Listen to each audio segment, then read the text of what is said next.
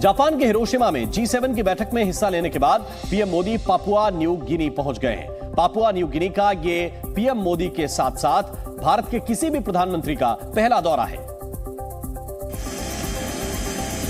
लिहाजा port Moresby पहुंचने पर पीएम मोदी का जबरदस्त स्वागत किया गया। पापुआ न्यू गिनी के प्रधानमंत्री जेम्स मरापे खुद एयरपोर्ट पर पीएम मोदी के स्वागत के लिए पहुंचे।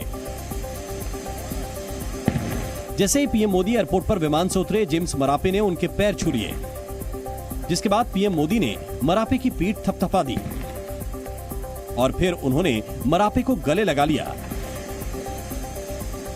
और पीएम मोदी ने मरापे का हाथ थाम लिया।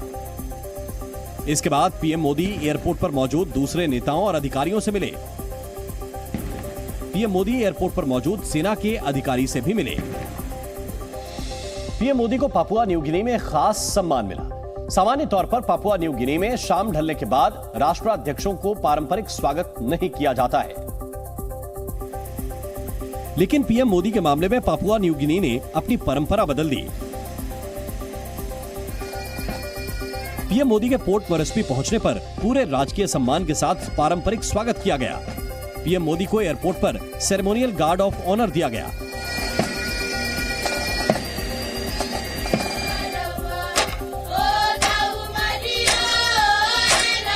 एयरपोर्ट पर पीएम मोदी के स्वागत के लिए लोक नृत्य का भी आयोजन किया गया था। नृत्य देखने के लिए पीएम मोदी डांसर्स के बीच खड़े हो गए।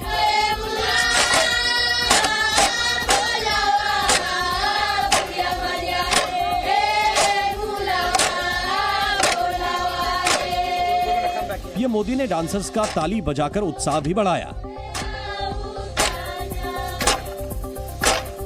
डांसर्स में से एक ने पीएम मोदी को फूल और पत्तों की एक माला भेंट की।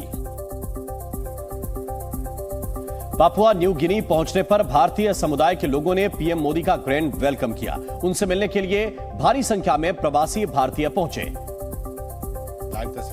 जैसे ही पीएम मोदी अपने होटल पहुंचे, वहां भारतीय समुदाय के लोग तिरंगा लेकर खड़े थे। प्रधानमंत्री इस वक्त मुलाकात करते हुए कोई उनके साथ सेल्फी खिंचाना चाह रहा था तो कोई उनसे हाथ मिलाने को आतुर था। कुछ लोग पीएम मोदी के पैर छूते भी दिखे। एक व्यक्ति के हाथ में पीएम मोदी का उनकी मां के साथ वाला फोटो था, जिसे पीएम मोदी ने भी निहारा। पीएम मोदी बच्चों से भी बात करते नजर आए। एक शख्स के हाथ में महात्मा गांधी के साथ पीएम मोदी की तस्वीर दिखी। जापान के हिरोशिमा में क्वाड की बैठक के दौरान अमेरिका के राष्ट्रपति ने प्रधानमंत्री मोदी का ऑटोग्राफ मांगा। इतना ही नहीं, जो बाइडेन ने पीएम मोदी की जमकर तारीफ भी की। हुआ कुछ ऐसे ही। क्वाड की बैठक के दौरान जो बाइडेन पीएम मोदी के वॉशिंगटन दौरे का जिक्र कर रहे थे। इस दौरान अमेरिकी राष्ट्रपति ने पीएम मोदी से अजीबोगरीब चुनौती की शिकायत की। बाइडेन ने पीएम मोदी से कहा कि आप मेरे लिए एक बड़ी समस्या पैदा कर रहे हैं। अगले महीने वॉशिंगटन में आपके लिए एक रात्रि भोज है। बाइडेन ने कहा कि पूरे अमेरिका से हर कोई उस भोज में आना चाहता है, लेकिन समस्या ये है कि टिकट खत्म हो गए हैं। बड़ी बड़ी हस्तियां हैं अमेरिका की, वो लगातार अनुरोध कर रही हैं व्हाइट हाउस से कि उन्हें भी इस डिनर में मौजूद रहने दिया जाए और ये संख्या लगातार बढ़ती जा रही है। पीएम मोदी को भरोसा दिलाने के लिए जो बाइडेन ने कहा कि यदि आपको लगता है कि मैं मजाक कर रहा हूं, तो आप मेरी टीम से पूछ लीजिए। इतना ही नहीं, बाइडेन पीएम मोदी की लोकप्रियता को देखकर हैरान थे। उन्होंने पीएम मोदी से पूछा कि आप भीड़ कैसे मैनेज करते हैं। बाइडेन ने पीएम मोदी से कहा कि आप बहुत लोकप्रिय हैं, हजारों लोग आपसे मिलना चाहते हैं। अमेरिकी राष्ट्रपति ने पीएम मोदी से कहा कि आपके इवेंट में आने के लिए लोग बेकरार हैं, मुझे फोन आ रहे हैं। फिल्मी सितारों से लेकर रिश्तेदारों तक हर कोई फोन कर रहा है। इस दौरान बाइडेन ने पीएम मोदी से मुस्कुराते हुए कहा कि मैं आपका ऑटोग्राफ ले लूं।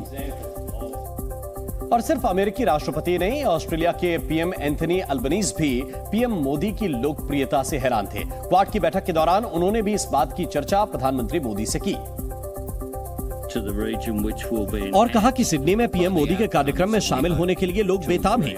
पीएम मोदी मंगलवार को सिडनी में एक सामुदायिक कार्यक्रम में ऑस्ट्रेलियाई सीईओ, व्यापारिक नेताओं के साथ बैठक करेंगे और भारतीय प्रवासियों के साथ बातचीत करेंगे। इसकी चर्चा करते हुए एंथनी अल्बनीज ने पीएम मोदी से कहा कि सिडनी में 20,000 लोगों की क्षमता वाला हॉल छोटा पड़ रहा है, क्योंकि उन्हें पीएम मोदी के कार्यक्रम में शामिल होने के लिए नागरिकों के अनुरोधों की बाढ़ का सामना करना पड़ रहा है। जिस स्टेडियम की क्षमता मात्र 20,000 है, वहां पर उससे ज्यादा लोगों का अब तक अनुरोध आ रहा है कि उन्हें वहां पर पहुंचने दिया जाए। एंथनी अल्बनीज ने कहा कि सिडनी में पीएम मोदी का लोगों में क्रेज है, ऐसे में वो सिडनी वाले कार्यक्रम के लिए सबके अनुरोध पूरा करने में असमर्थ हैं।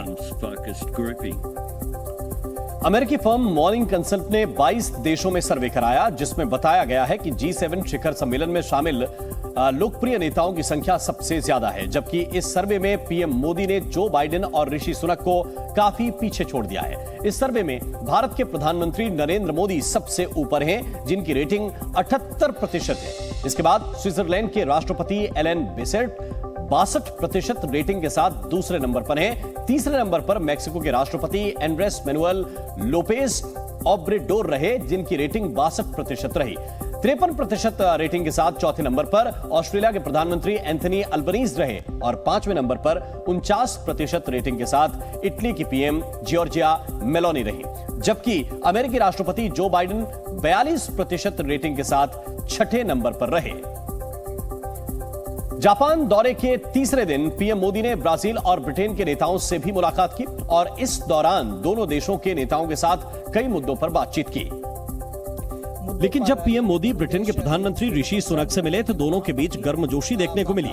दोनों नेता एक दूसरे से गले मिले और ऋषि सुनक के साथ ये दूसरी मुलाकात। पीएम मोदी और ऋषि सुनक के बीच द्विपक्षीय बैठक भी हुई। इस दौरान दोनों नेताओं ने अपनी रणनीतिक साझेदारी की समीक्षा की, जिसमें भारत यूके FTA वार्ता में प्रगति का जायजा लेना भी शामिल था। दोनों नेताओं ने व्यापार, निवेश और विज्ञान एवं प्रौद्योगिकी जैसे व्यापक क्षेत्रों में द्विपक्षीय सहयोग को गहरा करने पर सहमति भी जताई। पीएम मोदी ने ब्राजील के राष्ट्रपति इनासियो लूला डा सिल्वा के साथ भी G7 शिखर सम्मेलन से इतर बैठक की। दोनों नेताओं ने रक्षा निर्माण और व्यापार में द्विपक्षीय रणनीतिक साझेदारी को और बढ़ाने के तरीकों पर चर्चा की। पीएम मोदी ने कहा कि राष्ट्रपति लूला डा सिल्वा के साथ कृषि, रक्षा और अन्य क्षेत्रों में सहयोग करने पर चर्चा हुई। प्रधानमंत्री मोदी जापान के अखबारों में छाए हैं। यूक्रेन के राष्ट्रपति वोलोडिमीर ज़ेलेंस्की से पीएम मोदी की मुलाकात को जापानी मीडिया ने विशेष रूप से कवर किया है और आज जापान के अखबारों में पीएम मोदी ज़ेलेंस्की की तस्वीरों को उनकी मुलाकात की खबर के साथ प्रमुखता से जगह दी गई। जापान टाइम्स अखबार ने लिखा कि पिछले साल 24 फरवरी को शुरू हुए रूस यूक्रेन संघर्ष के बाद दोनों नेताओं के बीच ये पहली मुलाकात थी। पीएम मोदी से मुलाकात के दौरान यूक्रेन के राष्ट्रपति ने भारत के समर्थन और सहयोग की मांग की थी। ज़ेलेंस्की ने कहा है कि मैंने पीएम मोदी को यूक्रेनी पीस फार्मूला इनिशिएटिव के बारे में विस्तार से जानकारी दी और भारत को इसके कार्यान्वयन में शामिल होने के लिए आमंत्रित किया। ज़ेलेंस्की ने कहा कि मैं भारत को हमारे देश की क्षेत्रीय अखंडता और संप्रभुता का विशेष रूप से अंतर्राष्ट्रीय संगठनों के मंच पर समर्थन करने के लिए धन्यवाद देता हूं। क्वाड के नेताओं ने कहा कि वो हिंद प्रशांत क्षेत्र में शांति और स्थिरता को लेकर पूरी तरह से प्रतिबद्ध हैं। भारत, अमेरिका, जापान, ऑस्ट्रेलिया के संकल्प से चीन तिलमिला गया है। क्योंकि क्वाड देशों के नेताओं ने हिंद प्रशांत क्षेत्र में शांति और स्थिरता बनाए रखने का संकल्प लिया। इन नेताओं ने चीन का नाम लिए बिना बलपूर्वक यथास्थिति में बदलाव करने की किसी भी कोशिश या एकतरफा कार्रवाई का विरोध किया। A great deal of the future of our world is going to be written here in the Indo-Pacific. जिसके बाद चीन ने कहा कि दक्षिण चीन सागर से जुड़े मामले, मानवाधिकारों और लोकतांत्रिक मूल्यों में दखल देने के आरोपों समेत कई मामले में बीजिंग को निशाना बनाया गया। चीन ने कहा कि G7 ने उनकी चिंताओं की परवाह नहीं की। G7 देशों ने चीन को ताइवान का सम्मान करने की भी नसीहत दी थी। G7 शिखर सम्मेलन के लिए पीएम मोदी जापान के हिरोशिमा में हैं। वहां उन्होंने परमाणु बम हमले में मारे गए लोगों को श्रद्धांजलि दी। इसके लिए पीएम मोदी हिरोशिमा में पीस मेमोरियल पार्क पहुंचे। उनके साथ G7 शिखर सम्मेलन में शामिल होने वाले दूसरे देशों के नेता भी थे। पीस मेमोरियल पार्क में पीएम मोदी ने हिरोशिमा पीड़ितों को श्रद्धांजलि अर्पित की। ये पार्क न्यूक्लियर अटैक के पीड़ितों की याद में बनाया गया है। पीएम मोदी ने पीस मेमोरियल म्यूजियम का भी दौरा किया, जहां उन्होंने प्रदर्शनी को देखा और विजिटर बुक पर साइन किए। जापान के हिरोशिमा शहर में G7 शिखर सम्मेलन में प्रधानमंत्री मोदी छाए रहे। सम्मेलन के दौरान पीएम मोदी ने खाद्यान्न, उर्वरक और स्वास्थ्य क्षेत्र की चुनौतियों से निपटने के लिए 10 पॉइंट का एक्शन प्लान सबके सामने रखा। इसके तहत प्रधानमंत्री नरेंद्र मोदी ने एक समावेशी खाद्य प्रणाली तैयार करने का आह्वान किया, जो दुनिया के सबसे कमजोर लोगों पर ध्यान केंद्रित करे। पीएम मोदी ने उर्वरक संसाधनों पर कब्जा करने वाली विस्तारवादी मानसिकता पर रोक लगाने की वकालत की। पीएम मोदी ने खाद्यान्न की बर्बादी रोकने पर जोर देते हुए कहा कि ये हमारी सामूहिक जिम्मेदारी होनी चाहिए। प्रधानमंत्री नरेंद्र मोदी ने जापान में G7 समिट में हिस्सा लिया और कई खास मुद्दों को इस दौरान उठाया भी। प्रधानमंत्री ने प्राकृतिक खेती के महत्व पर भी प्रकाश डाला। हिरोशिमा पहुंचे प्रधानमंत्री मोदी ने सिर्फ शांति का ही संदेश नहीं दिया, उन्होंने अपने कपड़ों से दुनिया को पर्यावरण पर भी संदेश दिया। इसके लिए पीएम मोदी ने हिरोशिमा में रिसाइकिल मटेरियल से बनी खास जैकेट पहनी थी। इस्तेमाल की गई बोतलों को इकट्ठा कर उन्हें कुचला और पिघलाया गया। इसके बाद उसमें रंग मिलाकर सूत का उत्पादन किया गया। इस तरह से पुरानी सामग्री को रिसाइकिल कर पीएम की जैकेट बनाई गई। पीएम की ये जैकेट दुनिया को सस्टेनेबिलिटी का संदेश देती है। सम्मेलन के विशेष सत्र में उन्होंने दुनिया को प्राकृतिक संसाधनों का इस्तेमाल करने का संदेश दिया। वहीं उन्होंने विकास मॉडल के समग्र उपयोग को बदलने पर भी प्रकाश डाला। पीएम मोदी ने कहा कि मेरा मानना है कि विकास मॉडल को विकास का मार्ग दिखाना चाहिए। राहुल गांधी ने नए संसद भवन का उद्घाटन पीएम मोदी की जगह राष्ट्रपति से कराए जाने की बात कही है। नए संसद भवन के उद्घाटन से पहले सियासत तेज हो गई है। राहुल गांधी ने ट्वीट कर लिखा कि पीएम नहीं, राष्ट्रपति को भवन का उद्घाटन करना चाहिए। 28 मई को नए संसद का उद्घाटन होना है। पूर्व प्रधानमंत्री राजीव गांधी की 32वीं पुण्यतिथि पर राहुल, प्रियंका और सोनिया गांधी ने वीर भूमि जाकर उन्हें श्रद्धांजलि दी। राहुल गांधी ने अपने ट्विटर अकाउंट पर एक वीडियो शेयर करके भी अपने पिता को श्रद्धांजलि दी। अमृतसर में बीएसएफ ने आज फिर नार्को टेरर की कोशिश नाकाम की। बीएसएफ के जवानों ने पाकिस्तानी ड्रोन को मार गिराकर उससे बंधी 3 किलो ड्रग्स जब्त की। लखनऊ के गोमती नगर में कार से स्टंट करते युवक का वीडियो सामने आया है। कार का ड्राइवर काफी देर तक गाड़ी को घुमाते हुए धूल उड़ाता रहा और फिर वहां से रफू चक्कर हो गया। पूरी दुनिया की नजर इस वक्त कश्मीर पर है। जम्मू कश्मीर में कल से G20 सम्मेलन शुरू होने वाला है, लेकिन G20 की यह बैठक आतंकियों के रडार पर है। आतंकी इस फिराक में बैठे हैं कि किसी भी तरह बैठक को नाकाम किया जाए। तो वहीं भारतीय सेना के जवान आतंकियों को चुन चुनकर मारने के लिए तैयार बैठे हैं।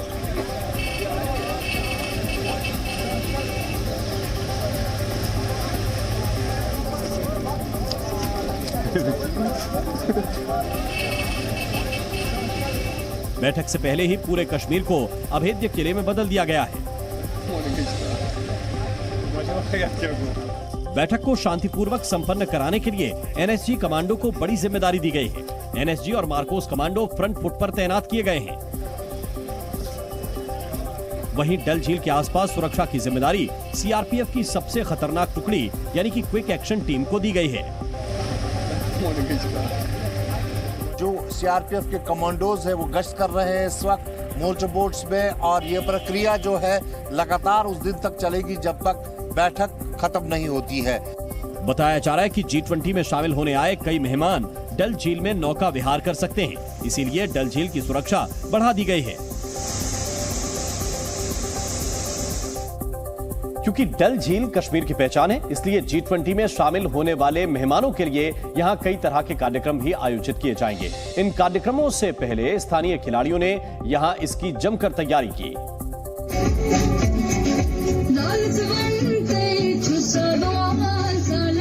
जिनकी झलकियों ने लोगों का मन मोह लिया।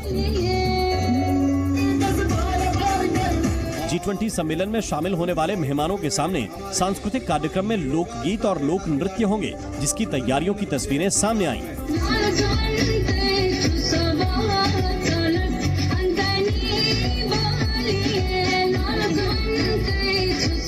सम्मेलन के दौरान स्थानीय कलाकारों और खिलाड़ियों ने भी अपने प्रदर्शन से मेहमानों का दिल जीतने की तैयारी की है। G20 सम्मेलन को लेकर डल झील में चल रहे कर्टन रेजर शो तो खत्म हो गए, लेकिन इसकी गूंज अब भी सुनाई दे रही है। और इस तरह से वाटर स्पोर्ट्स का डेमो मुकम्मल हुआ और अब G20 सम्मेलन शुरू होने से एक दिन पहले ही इसे लेकर काफी उत्साह नजर आया।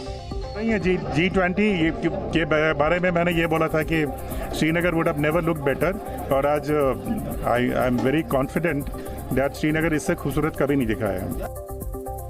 एक तरफ जम्मू कश्मीर में जबरदस्त उत्साह है तो दूसरी तरफ बंटवारे के बाद से ही कश्मीर पर बुरी नजर रखने वाला पाकिस्तान इन बदलावों को हजम नहीं कर पा रहा। कश्मीर में पहली बार होने वाले इन कार्यक्रमों ने पाकिस्तान की नींद उड़ा दी और इसीलिए G20 बैठक से बौखलाया पाकिस्तान भारत को बदनाम करने के लिए इतना नीचे गिर गया है कि उसने दुनिया भर में भारत के खिलाफ प्रोपेगेंडा फैलाना शुरू कर दिया है।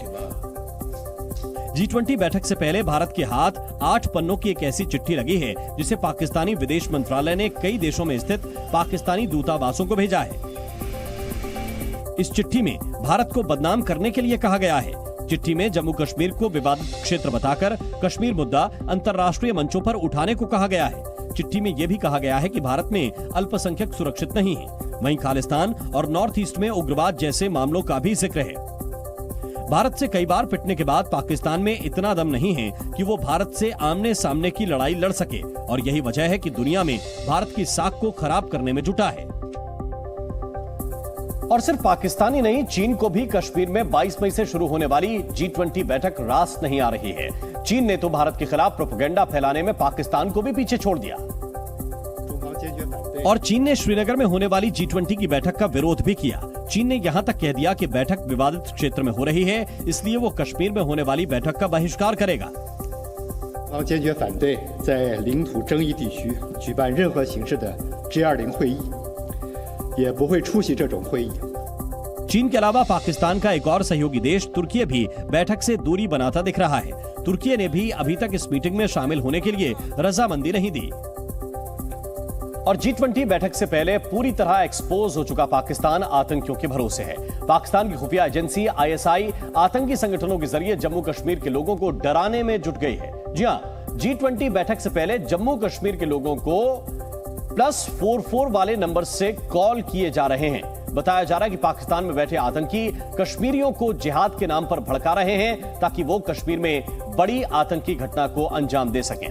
इसे देखते हुए जम्मू कश्मीर पुलिस ने पाकिस्तानी नंबरों से आ रहे कॉल्स को लेकर एडवाइजरी जारी की है। पुलिस ने लोगों से +44 वाले नंबरों से आ रहे फोन को लेकर सतर्क रहने के लिए कहा है। साथ ही जम्मू कश्मीर पुलिस ने लोगों को सलाह दी है कि अगर इस तरह के फोन आते हैं तो तुरंत पुलिस को रिपोर्ट करें। जैसे जैसे G20 की बैठक का समय नजदीक आ रहा है, पाकिस्तान की एक के बाद एक साजिशों की परतें खुलती जा रही हैं और अब पाकिस्तान के एक ऐसे प्लान का पर्दाफाश हुआ जिसे सुनकर सुरक्षा एजेंसियां सतर्क हो गईं। और पाकिस्तान के इस प्लान का नाम ऑपरेशन 60 है। दरअसल 22 से 24 मई तक होने वाले G20 सम्मेलन में हिजबुल, जैश और लश्कर के आतंकी हमला करने की तैयारी कर रहे हैं। जानकारी के मुताबिक आतंकी संगठनों ने पाकिस्तान के रावलपिंडी में एक बैठक भी की है। इस बैठक में G20 सम्मेलन में आतंकी हमला करवाकर खलल डालने पर चर्चा हुई।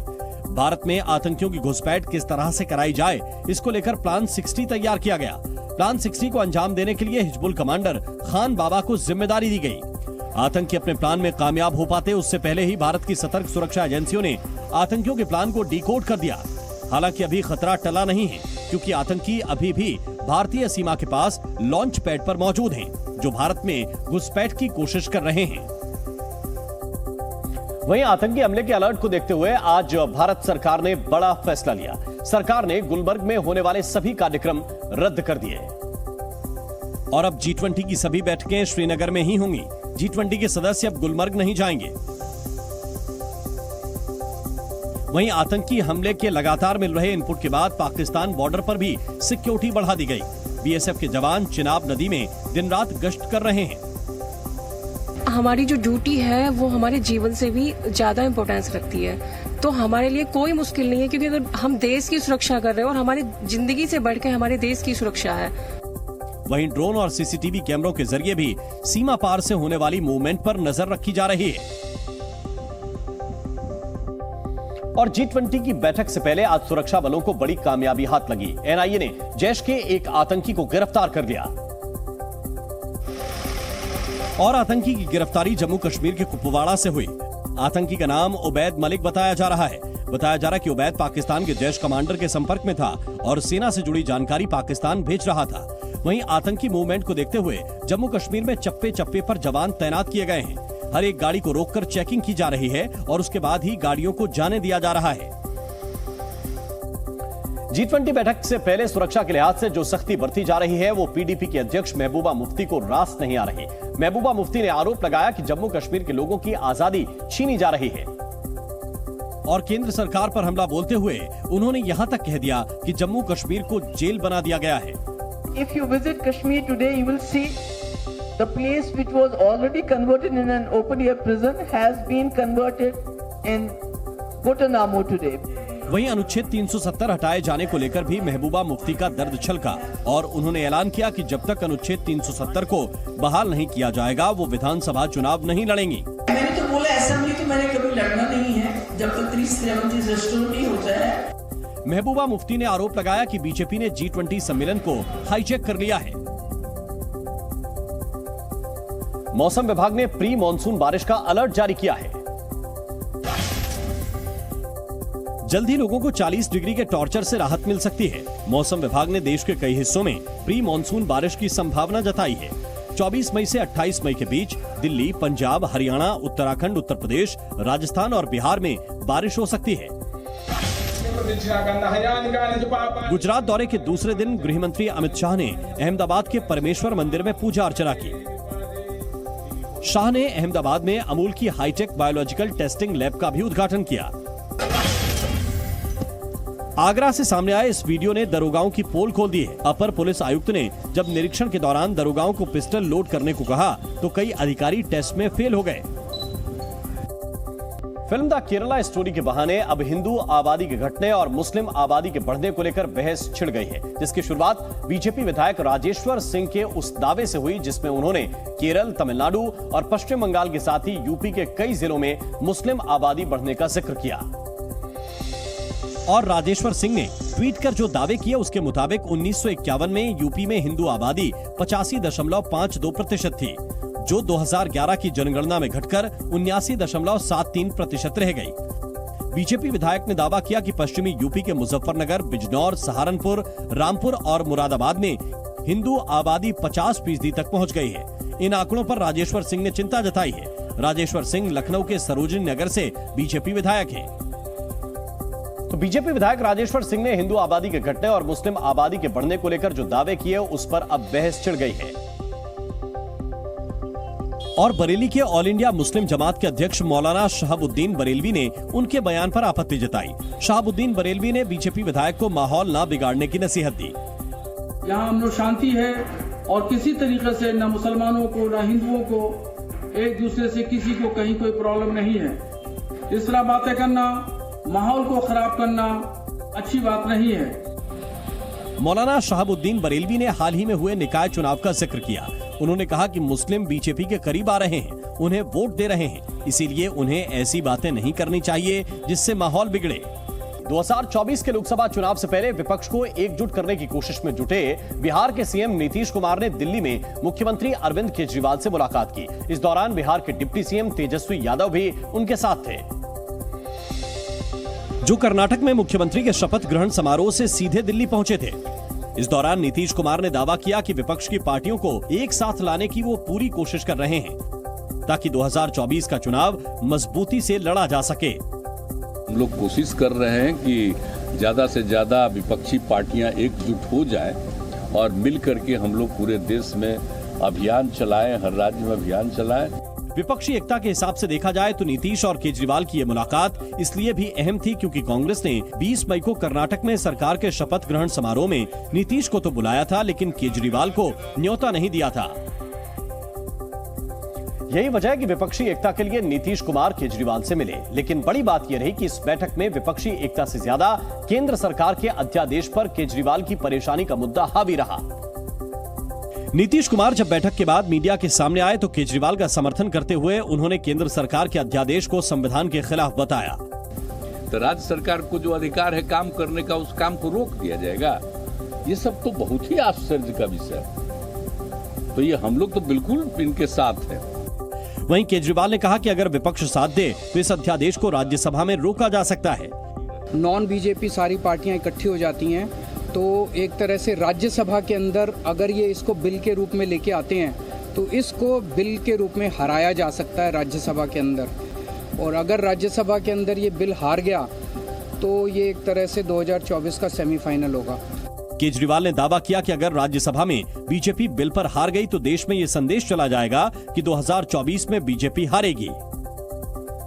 अध्यादेश पर केजरीवाल के दावे का तेजस्वी यादव भी समर्थन करते नजर आए। तेजस्वी यादव ने आरोप लगाया कि जिन राज्यों में बीजेपी की सरकार नहीं है वहां विपक्ष की सरकारों को लगातार परेशान किया जा रहा है। और इस बार भी केंद्र सरकार ने सुप्रीम कोर्ट के फैसले के बाद अध्यादेश लाकर वही किया। तेजस्वी यादव ने आरोप लगाया कि केंद्र जानबूझकर केजरीवाल की सरकार को तंग कर रहा है। परेशानी अरविंद केजरीवाल जी झेल रहे हैं। हम यहाँ पूरी तरीके से इनको समर्थन देने आए हैं कि इनके साथ अन्याय कर रही है केंद्र की सरकार। और जब सुप्रीम कोर्ट का जब जजमेंट आ गया तो सारी चीजें स्पष्ट हो गई। तेजस्वी यादव ने आरोप लगाया कि बीजेपी संविधान बदलने की कोशिश में जुटी है, जिसे वो होने नहीं देंगे। इस बीच कांग्रेस ने भी अध्यादेश के मुद्दे पर केंद्र सरकार पर हमला किया। कानूनी रूप से ये बिल्कुल गलत है, इसको निरस्त होना ही चाहिए और जब सुनवाई होगी तो उच्चतम न्यायालय इसको निरस्त करेगा, ये मेरा विश्वास है। अभिषेक मनु सिंघवी ने आरोप लगाया कि इस अध्यादेश के जरिए केंद्र ने दिल्ली की जनता का अपमान किया। अध्यादेश पर विपक्ष के आरोपों के बीच बीजेपी ने भी पलटवार किया और आरोप लगाया कि केजरीवाल अपने भ्रष्टाचार को छुपाने के लिए अधिकारियों को हटाने की कोशिश में जुटे हैं और इसलिए वो सुप्रीम कोर्ट तक गए। बीजेपी नेता हर्षवर्धन सिंह ने दावा किया कि उन्होंने केजरीवाल की सरकार से पहले कभी दिल्ली सरकार और उपराज्यपाल के मुद्दे पर विवाद होते नहीं देखा।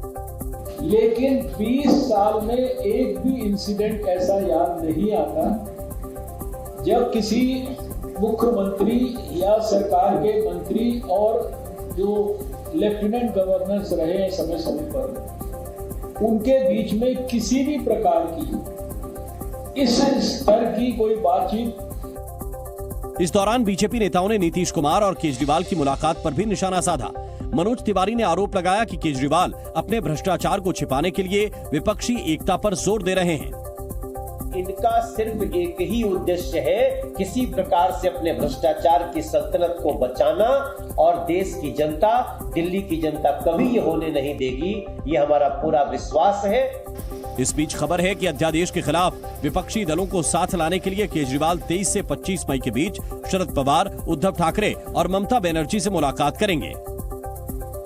2000 के नोटबंदी को लेकर रिजर्व बैंक ऑफ इंडिया के फैसले के बाद अब बैंकों ने इसे लेकर नियमों को साफ कर दिया है। देश के सबसे बड़े सरकारी बैंक एसबीआई यानी स्टेट बैंक ऑफ इंडिया ने एक लेटर जारी किया है। इसके मुताबिक 2000 के नोट बदलने के लिए बैंक में किसी तरह के फॉर्म भरने की जरूरत नहीं पड़ेगी और किसी तरह के पहचान पत्र के बिना ही 2000 के नोट को अन्य मूल्य के नोटों से बदल सकते हैं। यानी 20,000 रुपए तक के 2000 रुपए के नोट आसानी से एक बार में ही बदल दिए जाएंगे। इसी तरह 2000 के नोट जमा करने के लिए भी अलग से कोई फॉर्म नहीं भरना पड़ेगा। एसबीआई के मुताबिक बैंक में कैश जमा करने के लिए जो आम नियम है केवल उसी का पालन करना होगा। नोट बदलने के लिए बैंक में अकाउंट होना जरूरी नहीं है, यानी 2000 रुपए के नोट किसी भी बैंक में बदले जा सकते हैं। और G7 समिट में यूक्रेन के राष्ट्रपति जेलेंस्की ने जो बाइडेन से मुलाकात की। रूस से जारी युद्ध के बीच यूक्रेन के राष्ट्रपति जेलेंस्की ने अमेरिकी राष्ट्रपति जो बाइडेन से मुलाकात की। बातचीत के दौरान जो बाइडेन ने यूक्रेन को और हथियार और बख्तरबंद गाड़ियां देने की बात कही। सूडान में पैरामिलिट्री फोर्स और सेना एक बार फिर 7 दिनों के सीजफायर समझौते पर सहमत हुए हैं। WHO रिपोर्ट के मुताबिक सूडान हिंसा में अब तक 700 से ज्यादा लोगों की मौत हो चुकी है। सेंट्रल मेक्सिको में हुए ज्वालामुखी विस्फोट से लोगों की परेशानी बढ़ गई है। ज्वालामुखी से निकल रही गैस और धुएं को देखते हुए कई फ्लाइट्स को रद्द कर दिया गया, जिसके बाद एयरपोर्ट पर भीड़ लग गई। भारत का विदेशी मुद्रा भंडार फिर बढ़ा है। ये लगातार तीसरा सप्ताह है जब भारत के विदेशी मुद्रा भंडार में बढ़ोतरी हुई है। इसी के साथ अपना फॉरेक्स भंडार 1 साल के शीर्ष स्तर पर भी चला गया है और देश का विदेशी मुद्रा भंडार लगातार दूसरे सप्ताह में बढ़कर $600 अरब के करीब पहुंच गया है। रिजर्व बैंक ऑफ इंडिया के मुताबिक 12 मई को समाप्त सप्ताह में यह भंडार $3.553 अरब बढ़कर $599.529 अरब पर पहुंच गया है, जो जून 2022 के शुरुआती सप्ताह के बाद 1 साल का उच्च स्तर है। इससे पहले सप्ताह में भंडार 7.19 अरब डॉलर बढ़कर 595.97 अरब डॉलर पहुंच गया था। इससे पहले अक्टूबर 2021 में देश का विदेशी मुद्रा भंडार 645 अरब डॉलर के सर्वकालिक उच्च स्तर पर पहुंच गया था। हालांकि केंद्रीय बैंक के रुपए में गिरावट थामने के लिए मुद्रा भंडार के उपयोग से इसमें गिरावट आई थी। बीते 12 मई को समाप्त सप्ताह के दौरान देश के सोने का भंडार का मूल्य भी बढ़ा है। इस दौरान ये 3.80 करोड़ डॉलर बढ़कर 46.353 अरब डॉलर तक पहुंच गया। जयपुर के किशनपुर इलाके में जगह जगह पलायन के पोस्टर्स देखे गए। इन पोस्टर्स में आरोप लगाया गया कि इलाके की कांग्रेस के मुस्लिम पार्षद की वजह से हिंदू परिवार पलायन करने के लिए मजबूर हैं। बताया गया कि पूरा विवाद एक मकान से जुड़ा है। इलाके में रहने वाले एक हिंदू शख्स ने स्थानीय लोगों के विरोध के बावजूद अपने मकान को एक मुस्लिम शख्स को बेच दिया। दावा है कि मकान के नए मालिक की वजह से इलाके के हिंदू परिवारों का वहां रहना मुश्किल हो गया। कि हमें आते जाते बहुत गंदी गाली गलौज से बात करते हैं। अब मकान ले लिया इन लोगों ने गुपचुप में, हम यह चाहते हैं कि नहीं ले सकते। आरोप लगा तो मुस्लिम समुदाय के लोग भी बाहर आए और उन लोगों ने विवाद को बेबुनियाद बताया। अब आदमी है जिसकी प्रॉपर्टी है वो किसी को भी बेच के जा सकता है और कोई भी रह सकता है। ये तो फालतू का एक इश्यू बना रखा है, बस और कुछ नहीं है लेना देना। ये पूरा विवाद एक मकान को बेचने के बाद शुरू हुआ। इस एक मकान की वजह से जयपुर के इस इलाके में दो पक्षों के बीच तनाव बना हुआ है। कथित पलायन के इस मामले में इलाके के कांग्रेस पार्षद का नाम सामने आ रहा है। दावा किया जा रहा है कि विशेष समुदाय से आने वाले पार्षद की वजह से इलाके के हिंदू परिवार परेशान हैं। और यहां लगे पोस्टरों में भी इलाके के इन हालात का जिम्मेदार पार्षद फरीद कुरैशी को बताया गया। मामले में सियासत तेज हुई तो बीजेपी ने भी कांग्रेस पार्षद पर हमला बोला। कांग्रेस पार्टी का एक पार्षद जो समुदाय विशेष से आता है, वो इतना आतंक उस व्यक्ति का है कि आए दिन लोगों को परेशान करना, झगड़े करना, झूठे मुकदमे दर्ज कराना और इस प्रताड़ना के आधार के ऊपर लोग अब पलायन करना शुरू हुए हैं। तमाम आरोपों के बीच पुलिस ने पलायन की खबरों से इनकार कर दिया। पुलिस के मुताबिक ये पूरा मामला सिर्फ एक मकान बिक्री से जुड़ा है, उससे ज्यादा कुछ नहीं। हमारे प्रारंभिक जांच में इस तरह का पलायन का कोई मामला सामने नहीं आया है और एक ओम प्रकाश पारीक नाम के व्यक्ति ने किसी अन्य मोहम्मद फारूक को बेच के गया। ये मकान पलायन जैसा कोई मामला नहीं है। जयपुर के इस इलाके में पलायन की खबरों से तनाव बढ़ा तो किशनपोल इलाके के कई लोग सौहार्द बनाने की कोशिश करते दिखे।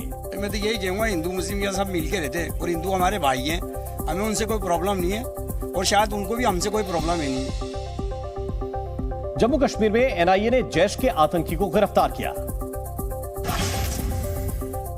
जम्मू में G20 बैठक से पहले आज एनआईए ने जैश से जुड़े एक आतंकी को गिरफ्तार किया। आतंकी उबैद मलिक पाकिस्तान में बैठे जैश कमांडर के संपर्क में था और सुरक्षा बलों को जानकारी भेज रहा था।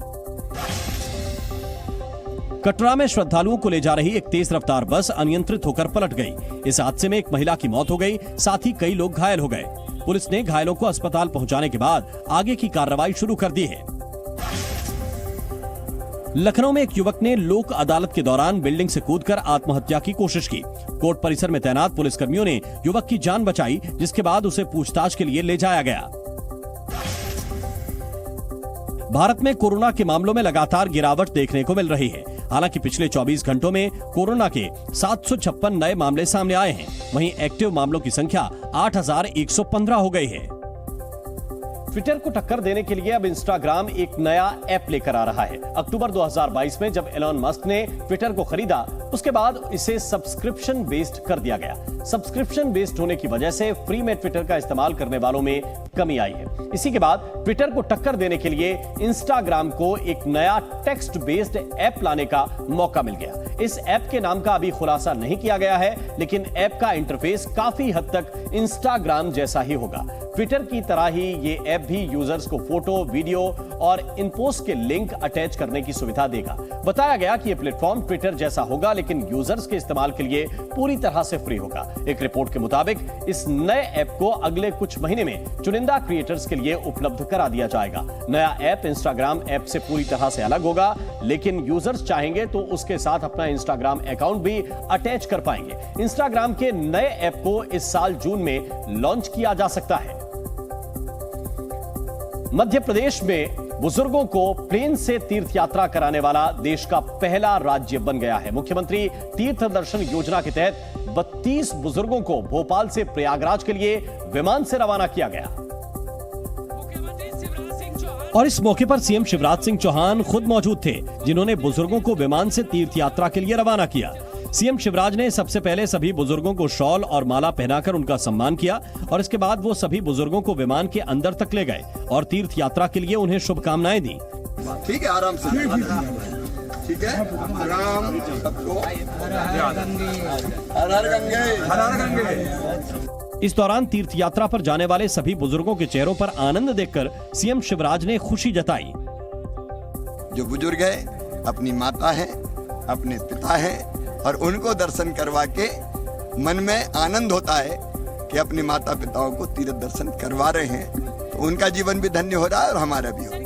मध्य प्रदेश में 2012 में मुख्यमंत्री तीर्थ दर्शन योजना शुरू की गई थी, जिसमें अब तक 782 विशेष ट्रेनों में 7,82,000 बुजुर्गों को तीर्थ यात्रा कराई जा चुकी है। जयपुर के योजना भवन से भारी मात्रा में नकदी और सोना मिलने को लेकर एसीबी ने जांच शुरू कर दी है। जयपुर पुलिस ने आज आरोपी वेद प्रकाश यादव के घर पर छापेमारी की। छापेमारी के दौरान आरोपी वेद प्रकाश यादव के घर से कुछ दस्तावेज मिले, जिन्हें पुलिस ने जब्त कर लिया। दरअसल 2 दिन पहले जयपुर स्थित योजना भवन के बेसमेंट से 2 करोड़ 31 लाख कैश और 1 किलो सोना बरामद किया गया था, जिसके बाद घूसखोरी के इस लिंक का पर्दाफाश हुआ। डीओआईटी का ज्वाइंट डायरेक्टर वेद प्रकाश यादव अपने प्राइवेट लॉकर में ये काली कमाई रखा करता था। सरकारी भवन में इतना काला धन मिलने से सरकार में हड़कंप मच गया। ऐसे में अब एंटी करप्शन ब्यूरो एसीबी ने इस मामले को अपने हाथों में लेकर जांच तेज कर दी है। पुख्ता प्रमाण मिलने के बाद खुद वेद प्रकाश ने काली कमाई का पूरा सच कबूल किया है। ये केस रिश्वत से जुड़ा हुआ है, लिहाजा मामले की जांच एसीबी कर रही है। फिलहाल जयपुर पुलिस की तरफ से केस से जुड़े तमाम फुटेज, केस का पूरा ब्यौरा एसीबी को सुपुर्द कर दिया गया है। इस पूरे मामले में खुलासा हुआ है कि टेंडर्स को लेकर घूस का खेल चल रहा था। अगर आपके पास बिना हॉलमार्किंग वाली पुरानी ज्वेलरी है और आप उसे बेचना चाहते हैं, तो अब ज्वेलर उसमें खोट बताकर आपको कम कीमत पर बेचने के लिए मजबूर नहीं कर सकता। ज्वेलर्स को आपकी ज्वेलरी की सही कीमत देनी ही होगी, क्योंकि सरकार ने गोल्ड हॉलमार्किंग के तहत सोना खरीदने और बेचने के लिए जो नियम जारी किए हैं, उसके मुताबिक पुरानी गोल्ड ज्वेलरी की सही शुद्धता बताना अब ज्वेलर्स की जिम्मेदारी होगी। यानी अब ग्राहक के बजाय ज्वेलर का काम है कि वो पुरानी ज्वेलरी की हॉलमार्किंग करे। लेकिन यदि कोई ग्राहक खुद ये काम करवाना चाहे, तो वो किसी हॉलमार्किंग सेंटर पर एक आइटम के लिए 45 रुपए देकर ऐसा करवा सकता है। इस नियम के लागू होने के बाद ज्वेलर को ग्राहक को हर साल में सोने की वाजिब कीमत देनी ही होगी। यह नियम सरकार ने 1 अप्रैल 2023 को सोने के गहने खरीदने और बेचने को लेकर लागू किया था, जिसके तहत कोई भी बिना हॉलमार्क या 6 डिजिट वाले HUID नंबर की ज्वेलरी खरीद या बेच नहीं सकता। हालांकि यह नियम 40 लाख से ज्यादा का सालाना कारोबार करने वाले कारोबारी पर लागू नहीं होता और 2 ग्राम से कम के सोने के गहनों पर भी हॉलमार्किंग जरूरी नहीं है।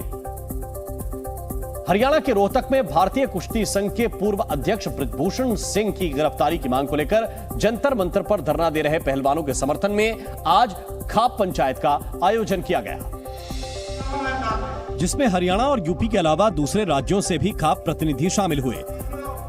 रोहतक में महब चौबीसी के ऐतिहासिक चबूतरे पर हुई इस महापंचायत में सर्वसम्मति से फैसला लिया गया कि पहलवानों के समर्थन में 23 मई को दिल्ली में इंडिया गेट पर शाम 5 बजे कैंडल मार्च निकाला जाएगा, जिसमें देश भर से लोग पहलवानों के समर्थन में जुटेंगे। मार्च इंडिया गेट पर रहेगा, 5 बजे वहाँ पहुँच जाए। उसके बाद में 28 तारीख को वहाँ पे फिर मीटिंग होगी, तो उसमें ज्यादा से ज्यादा लोग उसमें पहुंचे। इसके अलावा ये भी तय हुआ कि 28 मई को नए संसद भवन में खापों की महिला पंचायत होगी। लड़ाकू विमान MiG-21 के बार बार दुर्घटनाग्रस्त होने की वजह से वायुसेना ने एक बड़ा फैसला लिया है।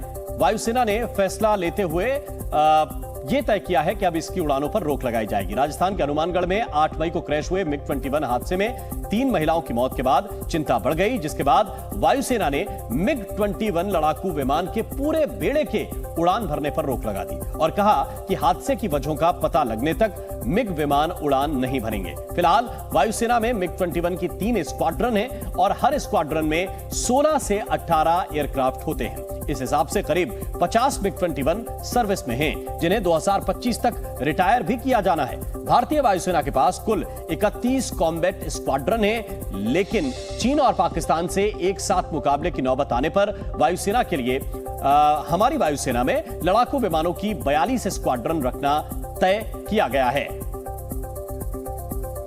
चिलचिलाती धूप, जबरदस्त गर्मी और लू की चपेट में बीते कई दिनों से प्रयागराज है। एक दिन पहले प्रयागराज का तापमान उत्तर प्रदेश में सबसे ज्यादा करीब 45 डिग्री दर्ज किया गया, तो आज दोपहर को पारा 43 डिग्री तक पहुंच गया। भीषण गर्मी से निजात पाने के लिए प्रयागराज के लोगों ने अनोखा रास्ता ढूंढ लिया है और बड़ी संख्या में लोग संगम तट पहुंच गए। भीषण गर्मी से राहत पाने पहुंचे लोगों ने संगम में घंटों डुबकी लगाने के साथ ही अपने शरीर पर नदी की मिट्टी यानी कीचड़ पोत लिया। गंगा जी की मिट्टी इतनी ठंडी है कि इंसान इसको जब अपने ऊपर लगाता है तो इतना ठंडा प्रतीत होता है कि इंसान दिन भर गर्मी में एकदम अगर यहाँ से नहा के जाएगा तो सारा दिन एकदम मौज में रहेगा। गंगा में स्नान कर गर्मी से राहत पाने के इस नुस्खे पर हर उम्र के लोग अमल करते दिखे। बच्चों से लेकर नौजवान तक घंटों कलकल बहती गंगा में मस्ती करते दिखे। मन को बहुत शांति मिल रही, खुश हो रहा हूँ। कम समझ लीजिए रात में इतना गर्मी लगता है कि नींद नहीं आता।